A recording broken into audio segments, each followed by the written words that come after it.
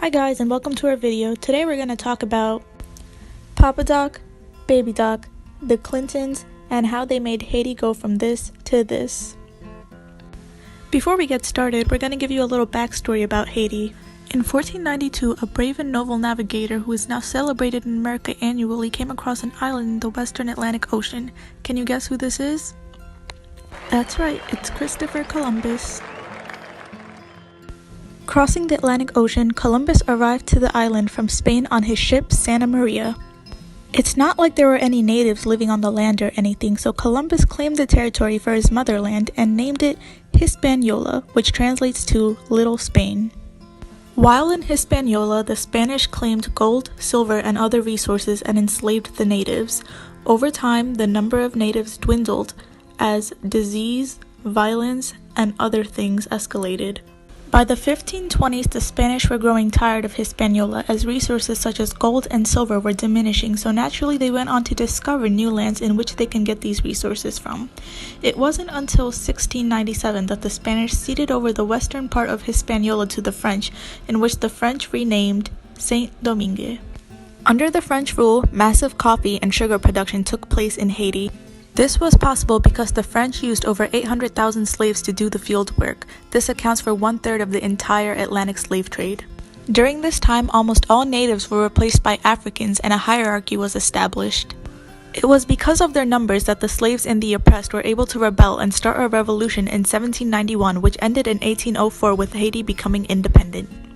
Over the next 150 years, Haiti saw new leaders, the separation of northern and southern Haiti, the rejoining of Haiti, and the invasion and retreat of American troops.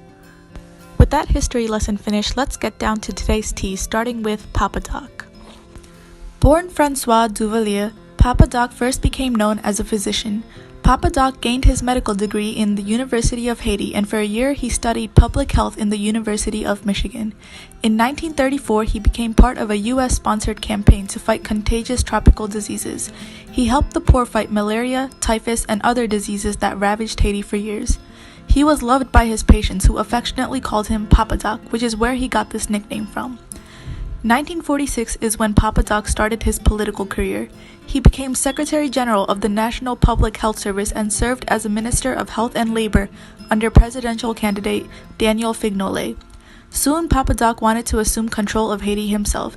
He called for honesty in the government and emphasized his medical background.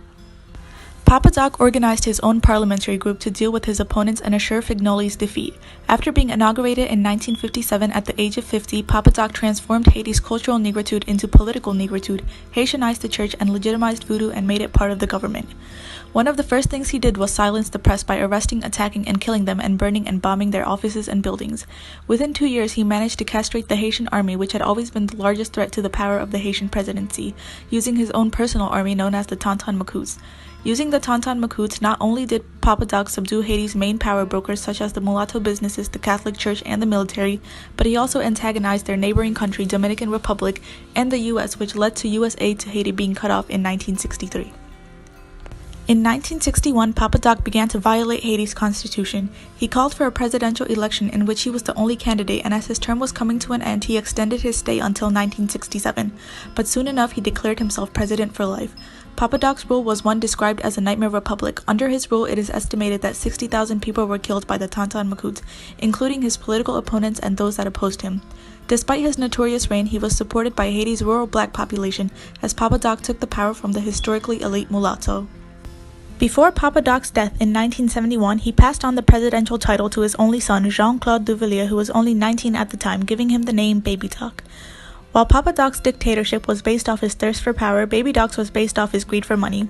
In fact, he flaunted his wealth as his people suffered. He used many different ways to obtain money, including secret payoffs, collecting non-fiscalized money which was never recorded as income, and other methods. Of course, corruption, greed, and repression remained staples in Haiti's government during Baby Doc's rule. Starting in 1978, the economic conditions of Haiti began to get worse than it already was. An African swine flu outbreak spread across Haiti, and reports that AIDS was becoming a big problem caused tourism to decline dramatically in the 1980s. By the mid-1980s, Haitians were in despair as the economic conditions continued to worsen and hunger and malnutrition spread. As momentum for an uprising was gained, Baby Doc's wife and advisors urged him to put down the rebellion. Papa Doc responded with a 10% cut in staple food prices, closing of independent radio stations, a cabinet reshuffle, and of course a crackdown by police and army units. None of this worked. In January of 1986, the Reagan administration began to pressure Baby Doc to give up his rule and leave Haiti. Baby Doc's request for political asylum in the U.S. was declined, but they offered to help him in his departure. Baby Doc first tried to leave Haiti on the 30th of January, but on his way to the airport, gunfire had erupted and Baby Doc had to turn back. He tried again a week later on February 7th, in which he was taken to France in a U.S. Air Force aircraft. Baby Doc and his family lived luxuriously for a short time in France, but in the 1993 divorce with his wife, Baby Doc lost much of his wealth. For the next 17 years or so, Baby Doc lived a modest life in France. During the 2011 presidential election campaign, Baby Doc returned to Haiti after a total of 25 years. 2 days after his arrival, he was taken into custody by Haitian authorities and charged with corruption, theft, and misappropriation of funds, all which were committed during his 15-year presidency. He was later released but was subject to recall by the court. Only 3 years later, he died of a heart attack at the age of 63. Like his father before him, during Baby Doc's rule, thousands of Haitians were killed and tortured, and thousands more fled the country for their safety. Between the two, many people suffered, but while Papa Doc managed to get away with his crimes, Baby Doc was not so lucky. Next, we're going to talk about Bill and Hillary Clinton and how they continued the cycle of screwing Haiti over. Bill and Hillary first fell in love with Haiti and felt a deep connection with the country back in 1975 when Baby Doc was still president. They had gone there for their honeymoon and were mystified. In 2009, when Hillary became Secretary of State, she openly declared that the redevelopment of Haiti was one of her top priorities. In fact, she would use Haiti to test new approaches to development for America. Only a year later, in 2010, Haiti was hit with the worst earthquake the country had ever witnessed, leaving over 300,000 people dead and many more homeless. After the earthquake, the person who was put in charge of Haiti's U.S.-led recovery effort was none other than Bill Clinton. He was to oversee a large range of rebuilding projects. Upon Obama's request, Bill Clinton and George Bush paired up and created the Clinton-Bush Haiti Fund and began to fundraise around the world to support Haiti. Despite raising money, Bill was not thinking of providing immediate relief like other people were. Instead, he was focusing on using the funds for long-term development in Haiti while there were thousands of people still needing food, shelter, and medicine right away. A year after the earthquake, Clinton's recovery project was a disaster. Less than half of the redevelopment that was promised was carried out, and only a fraction of the funds was put towards temporary housing. These housing areas were later found to be shoddily built, causing children and adults alike to become sick, and soon most of these places were occupied by squatters. 2 years after the start of the recovery effort, the Clintons went MIA. The Clinton-Bush Haiti Fund distributed the remainder of its funds in 2012 and disbanded. A 2013 investigation found that most of the money that was raised was not dispersed, yet it is unknown where all of this money went.